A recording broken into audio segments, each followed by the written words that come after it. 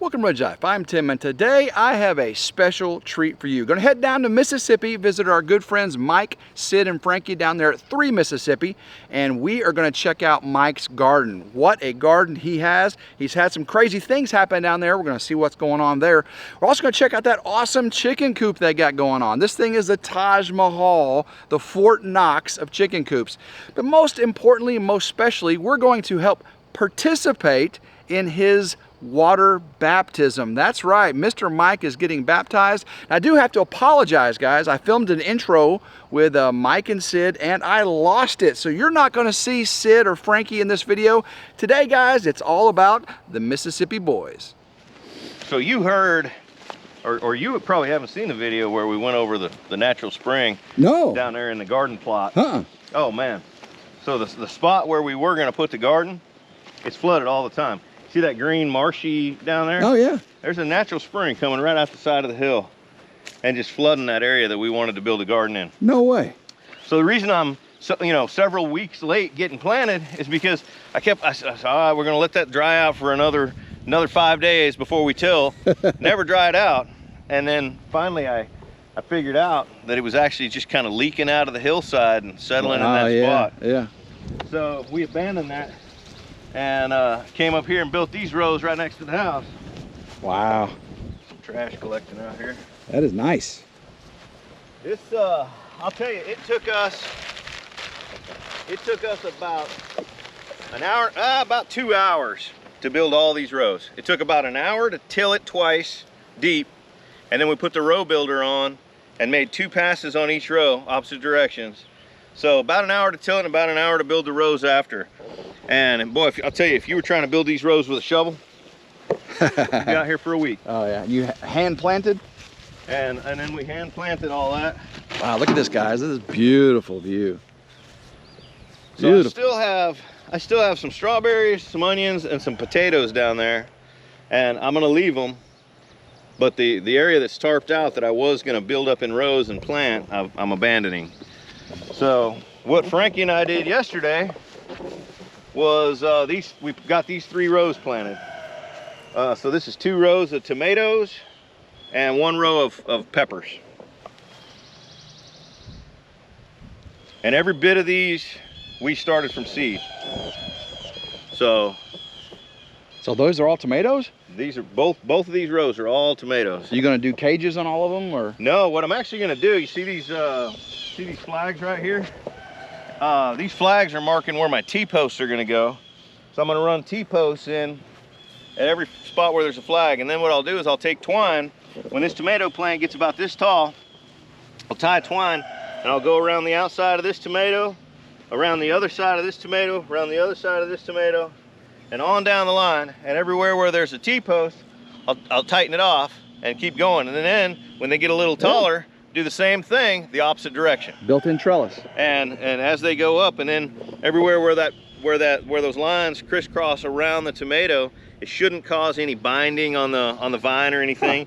And if you needed to clip the tomato to it at that point, if it was trying to go so, you could. Wow. But, I've seen a lot of people do it that way, and it's pretty straightforward. So, and I can get up to about, ever how high, maybe 5 feet to the top of my T-post. So tomatoes, peppers, what you gonna do in the rest of the rows over there? Well, I still have to plan out, what do we got here? We got some trace minerals, some metal in here. What do we got? That's Smith & Wesson 40. Yeah, we've got to do all of our squash varieties. We like butternut and spaghetti squash, and then of course zucchini and patty pans. And then we're gonna get 1 whole row of okra, spaced at 18 inches. That should be about 60 okra plants at 20 or 30 pods per plant. That should be a decent okra harvest. And then we're gonna do a half a row of cucumbers for pickling. The other half of that row probably, I was thinking about, we call it eggplant. But eggplant likes a little less water than cucumbers, so I don't know. I may not share those on a row now that I said that out loud, and because I'll water the whole row the same. And then of course, as we get up towards the top, we'll do the shorter things so that they, get more morning sun. I don't really want like my radishes behind my okra that's going to be 3 or 4 feet tall. And but you know, we'll do our radishes and our carrots, and I'm still going to try to do a row of salad greens, lettuce. I may be too late for that, but we're gonna try it anyway. Yeah.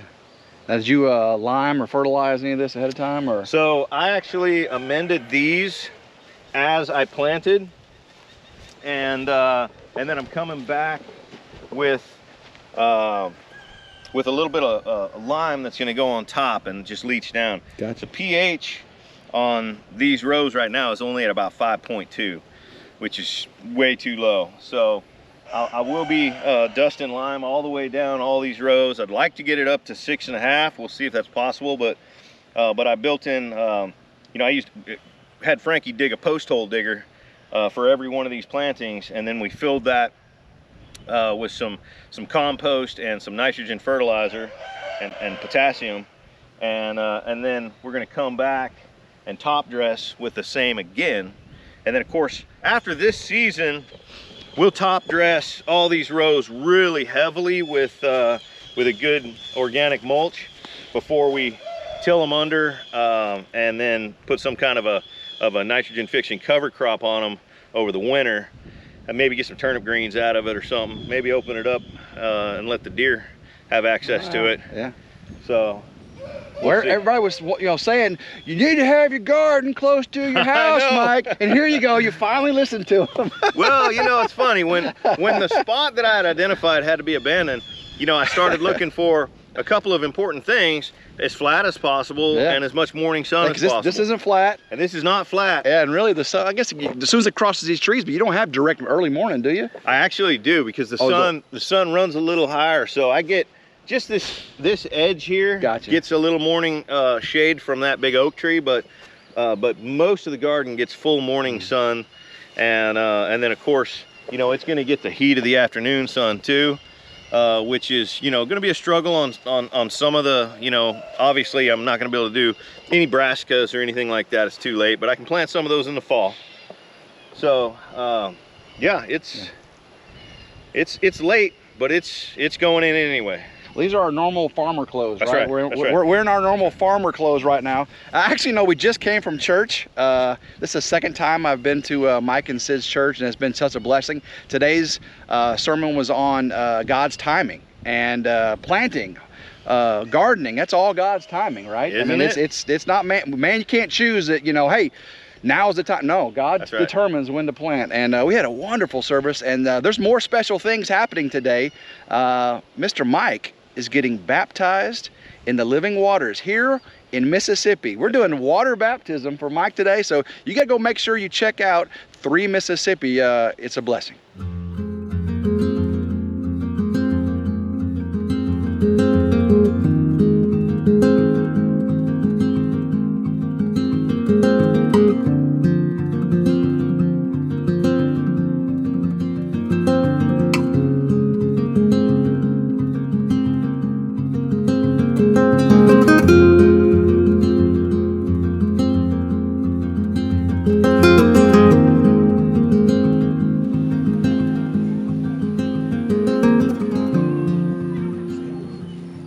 Turtle.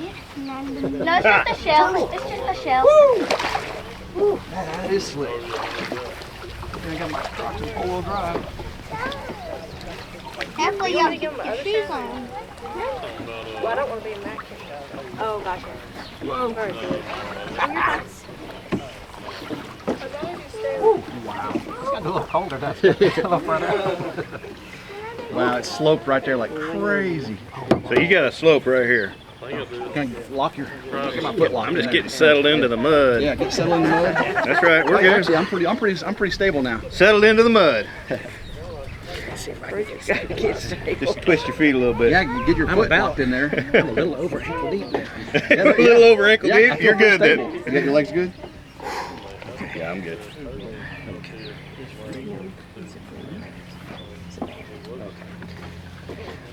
Michael Paul Crouch, I baptize you in the name of the Father, and of the Son, and of the Holy Spirit.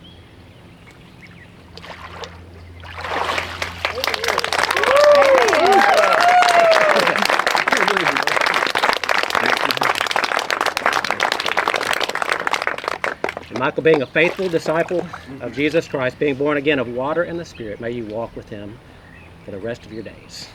Amen. Amen. Good. Let's see if you can get out of here without getting under yourself. All right. Careful, careful. Throw them around.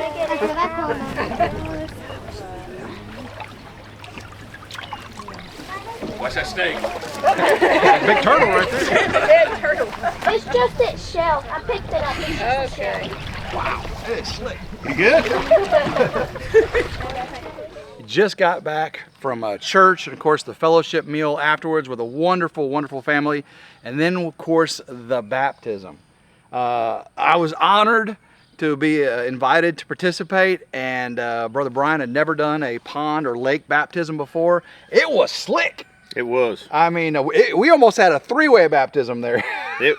Well, I'll tell you what, that bottom was, it was questionable. And it was sloped like this too. We had to dig our feet in. I had my Crocs in four-wheel drive, you know. I almost took my Crocs off, because they're a little slippery on the bottom, and boy, that bottom was slick. Yeah, I believe we almost had a three-way baptism right But there. that was an amazing experience. The food, the fellowship, of course, the Sunday service was wonderful. We came back. The weather. I mean, I know it's clouding up now, and I see a little bit of rain maybe coming in the distance, but we're gonna get some rain tonight. it was beautiful. Blue skies, perfect amount of wind. It was about 85 degrees. It was warm. It was And warm. got in that water, and it It all was a just good day to get in the water. it all just played out. I mean, did. you did the whole thing, went bound, boom, came up, woo! And I'll tell you, Brother Brian was nervous. 2 days ago, the forecast was thunder and lightning today, and he texted me 2 days ago and he said, "Well, what are we gonna do if it rains?" And I said, "Well, we're getting wet anyway, so rain or shine." Everyone else be out under the pavilion, and Yeah, y'all just right. be out there. Long lightning, like Sid said. We just don't want that lightning. No. You're like, oh, I shouldn't strike me down. No, we're not gonna push it. No. Well, we're again, wonderful day so far. Mike's gonna go out and show us this chicken coop. We got some poultry already in there, and if you're not following them already over there on 3 Mississippi, they have how many acres out here? This is 44.6 acres. 45 acres. That's right. 45 acres here in North Mississippi. North Mississippi. I keep wanting to say Northeast Mississippi. Northeast Mississippi. And what Mike and Sid and Frankie are doing with it is amazing. So go follow their journey on 3 Mississippi and Sippin' and Spillin' if you want to hear more about it on their talk channel. That's right. But we're gonna go out and look at these chickens right now, and you got some geese too, right? We got some geese. There's a question about what variety they are right now. We're working that out with the hatchery, but we've got some geese. We know they're geese. Let's go check it out. So here's the star of the show, ain't that right, Bunko? Who's star of the show? Hi, Bunko. You a star? Yeah, you know you are. Look at you. Yeah, you're the star of the 3 Mississippi show. We should start calling it 4 Mississippi, right? Yeah, you know you should be 4 Mississippi. The Bunko Show. So we're here at this amazing chicken coop. I mean, there are houses in the YouTube community that aren't built as well as this chicken coop. I mean, as David said before, the headers above those doors are storm shelters in themselves. Sid can stand right there, Mike can stand right there, and they are 100% safe from any Mississippi tornado that comes through here, guys. If you don't know what I'm talking about, go check out them building this earlier on their, you have a playlist for this or a chicken coop? I think we did do a chicken coop build playlist. Oh yeah, you guys want to follow that to watch this progression, because now there's birds in there. We're gonna go see those birds, and so tell me a little bit about your vision here. Well, we started out, we wanted it to be as predator proof as possible. That was the idea. And Had a little issue when you first moved here, right? We did. Temporary. When we first I've moved been here, there. we had something wipe out a dozen birds that we brought here, and some of them were mature peacocks, peafowl, some mature Sebastopol geese that were breeding stock, and it was devastating to Sid. And I said, look, whatever we build, it's going to be as predator proof as possible within reason, when it comes to your budget. But we also wanted to solve for some things that we had learned, last time.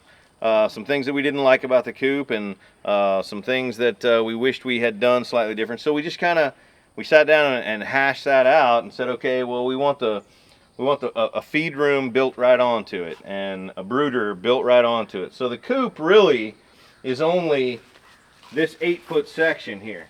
This 8-foot section over here is a room that we can store feed in and have a brooder in.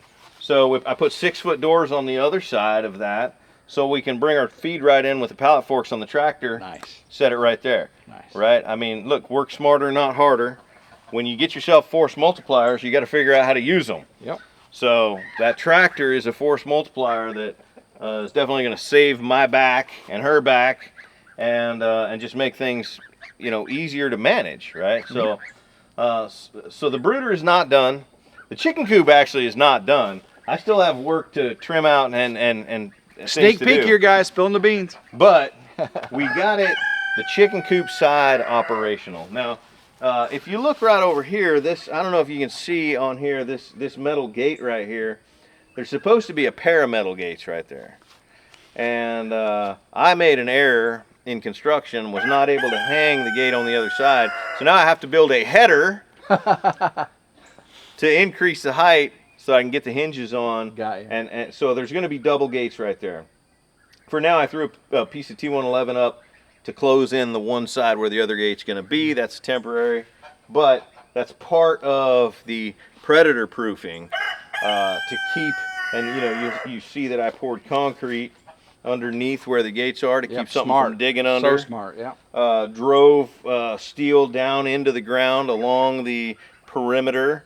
Did 8-foot tall walls around the run. Now look, we are going to let these birds out of the run into the open field during, you know, particular hours of the day. Yeah. And yes, coyotes do sometimes come out in the Fox, daytime. I lost 6 chickens to a fox broad daylight, 10 a.m. one time. Me and we were outside and just devastated them. So it happens. That's part of living on a farm life, right? Yeah, there's only so much you can do, but I wanted to make sure that at least, you know, at night when they're asleep and they think they're safe, that they're safe as I can make them. Absolutely. Yeah. Well, let's get a closer view of what you got going on inside.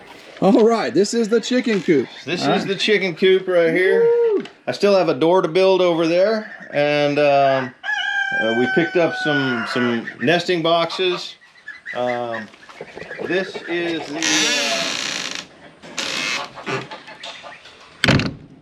nice gate. Your neighbor built these gates, right? The redneck latch on the gate, but yeah, temporary. Our neighbor who actually is where the baptism was, he's a fabricator. He built these gates. This is 1/8-inch steel, and he's built several things. Yeah, welded wire. Look at that. Oh yeah, guys, yeah. There is not a coyote getting through that. Yeah, that's nice. Got the concrete here at the bottom. That's right. Very nice. Here, you know, there's still, this is just scrap that we haven't finished cleaning up yet, but we use that same steel all the way up to here, and then from here up we did the you know, the poultry netting. I think that height is going to keep dogs and foxes and coyotes out.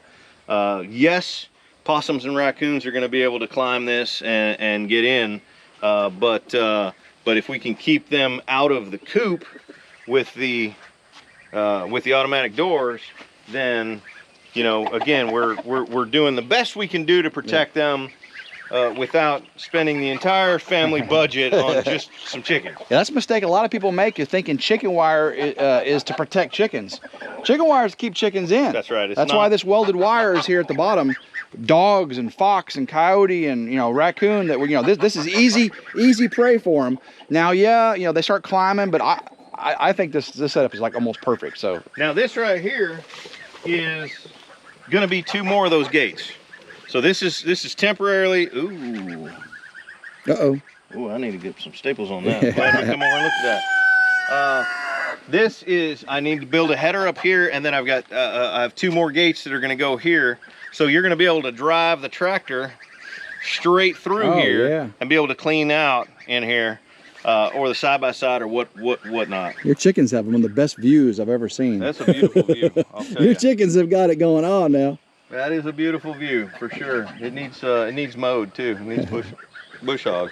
Well, so what do we have going on here? So you got some barred rock, it looks like. Yep. Got a rooster and 3 hens. That's right. Beautiful rooster. Got some spurs coming out on him, young guy. Is he doing the deed? Is he, He is. Excellent. Excellent. We have 15 more laying hens in a brooder right now that'll be moving out here. Of course, they won't be putting eggs in on our table for another 4 or 5 months. Mm-hmm. But and then these are our they're supposed to be Sebastopol geese. Yeah, that one right there has a little crest on his head and his feathers look a little smoother. What's up with that? Yeah, so Sid knows birds a lot more than I do. I'm the garden guy, she's the bird gal, but the larger, more mature goose there is a Sebastopol that we actually was one of our breeding stock that survived the massacre. These other 3 she purchased from a breeder, and one of them looks like it probably is a Sebastopol. The other one is not the best example of a Sebastopol if it is, which is a bummer. It may have a pilgrim mix, or it's hard to say. But then this guy right here is definitely not a Sebastopol. You see that big old bump on his head? That's pretty common for, I think, what they call it. They call it like a Roman tufted or something. Sid was showing me, but his feathers are not right. I don't believe he's a Sebastopol, so I don't know that we actually have replaced our breeding stock at this point. We're gonna have to see as they mature a little bit, maybe, but it's not looking good. I see a little work in progress over there. What you got going on back over here? Well, we can go look at that if you want. Let's do That's the chicken tractor for the meat birds.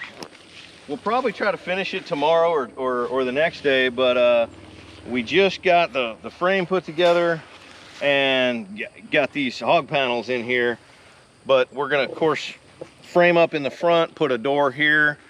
We'll pull poultry netting up to probably about this high on the sides, and then we'll frame in the back as well and get a tarp over part of it. And actually, our neighbor, the fabricator, built me these, and he just delivered them yesterday. So these right here are actually going to bolt on to the back of the frame. Frame's going to sit here.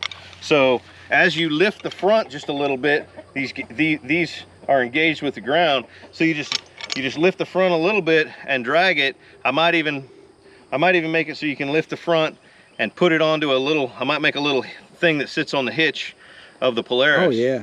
But this is going to make it a whole lot easier to move that thing around the pasture, because the idea is these poultry in here, these are going to be Cornish meat birds, and they're in a brooder right now and they're ready to go on pasture. They'll move every day around this pasture until it's time to process them, and they will eat this pasture and the bugs that are in the pasture, and they will fertilize this pasture. And one day on one spot shouldn't be too much, nitrogen to burn the pasture. It should really improve this pasture and make it healthier and healthier every year. So this whole area here is an area that we're going to be using for pastured poultry. By next year, we're going to be doing a lot more of these. This year, we're doing, I think, 50. So, wow. Well, let's go check out this garden. Oh, let's look at the garden. So earlier, you talked about what you've got in here, and what may go over there. How did you get into gardening? I mean, what led you to this versus other homesteading aspects? Well, I have always liked plants. I've always liked horticulture. When I was younger, it was more ornamental horticulture. And as I got a little bit older, I was like, well, I like plants, and plants make food. Let me grow some food. So, I would get a potted tomato or try to grow a cucumber, up a little trellis in a pot. And then as I got a little older and I purchased a home that had a small yard, I said, well, I could water that yard and mow it for no reason other than the vanity of the yard, or I could build some raised boxes in that yard and I could grow some food. And I'll tell you something, and I've said this before, children who grow vegetables eat vegetables. Right. They feel ownership for what they produced, right? So when Frankie was 2 or 3 years old, she was out in the backyard growing bok choy. That is so and, cool. you know, Brussels sprouts and, you know, and I made all of her baby food. We never bought a bottle of Gerber baby food. Wow. I made 100% of Frankie's baby food when she was a baby. I had a little hand crank that I would put on the counter, and whatever I was growing, it might be carrots, it might be peas, it might be broccoli, it might be whatever I was growing, that was what we were making her baby food out of. That is amazing, guys. And so then as we bought the next place, you know, the last farm that we moved here from that was a little bit bigger, and I did a little bit larger scale, and now, I mean, we have 45 acres. You got the property.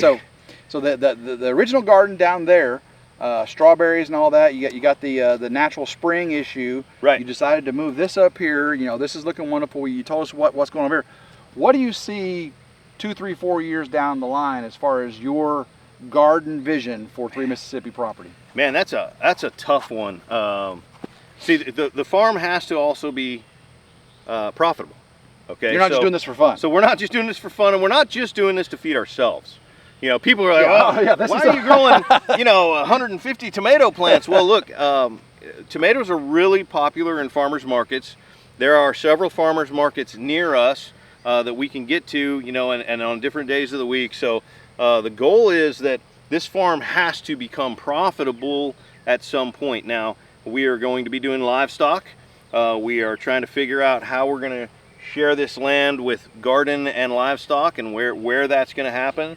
You know, you can't see it through the tree line. On the other side of that tree line, on the other side of that creek, there's a whole nother, probably an 8-acre flat, perfectly flat, beautiful pasture, right? Silver pasture that we call silver.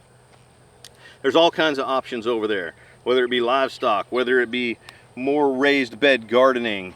But I would say, to answer your question, where do I see this in the next couple of years? Where I hope to see it in the next couple of years is profitable. Oh, yeah. So that it's, look, we're, So in order to it may get there, evolve, but right. Yeah. The first priority is to grow our own food. Okay, grow our own food, and then the next priority is, okay, grow our own food and have it break even. Because look, if you're saving money, you're making money. If we can feed ourselves and not have to buy it, and if this can break even by offsetting a little bit of farmers market sales, then we're doing good. But ultimately, I would like this farm to be a profitable farm. you've harvested several deer off the property. Right. You've gotten, garden there, garden here, poultry, and you've been here like 5 years. Took you like 5 years to get all that done, right? We've been here 7 or 8 months. 7 or 8 months, guys. That's pretty quick. I don't care. I mean, you work a full-time job. I do. So he works a full-time job, and he's making all this progress, making me look pretty bad, actually, by the way. Well, I have one thing that you do not have. What's that?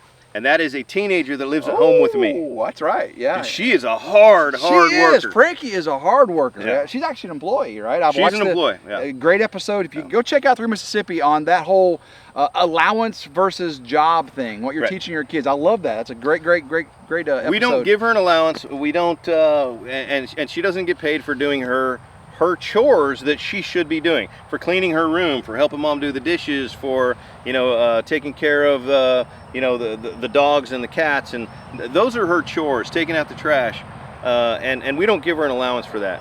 But anything that is on the side of the business that I count on the taxes as the business, the farm, anything out here on the farm that she helps me do, she clocks in, and I pay her the same rate that I would pay someone else that I would hire to come and help me do those things, with an expectation that she's going to do a good job, and she does, Absolutely. I appreciate you letting me see this, because I got a lot to think about. What I see with the vision for my property. I know I get lots of input from you guys, and leave me comments down below what you think I should be doing. After I get the barn built, I got a place to live. I got to get that barn dominium.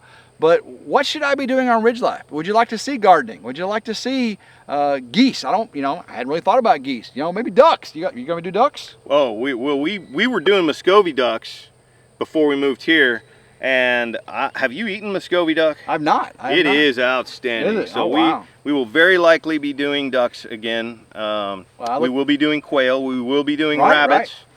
We're probably going to get our rabbit. Gonna be very soon. Probably going to get our rabbit breeding stock from you. Yeah, if you're here this summer, if you once you get you some hutches set up, we got you hooked up this summer. I have so much extra time. I should just build some hutches tomorrow. Well, we know you just slave labor to get Frankie to do it, right? That's right. You know. That's right. She's becoming a good constructor. She, she can read a tape measure and she can run a saw. Great life skills, man. Oh yeah. Great life skills. Great parenting, and man, this is wonderful. She can outshoot David. She can probably outdrive you on a tractor. I know she can outdrive me on a tractor. Yeah. We thought you were breaking a tractor, but David's already figured out. We know that David's the one who breaks tractors. So well, he's working that tractor hard. Oh, But yeah, that's he's hats off to Uber. Right now, you know, the tractor awards are pretty much over. Uber has, he's thrown the hat down, the gauntlet, and I got nothing to say. Right now, I got nothing to say. So I just saw Uber pull a stump out of the ground that was as big as my small car. Yeah. So Uber, great job. Yeah.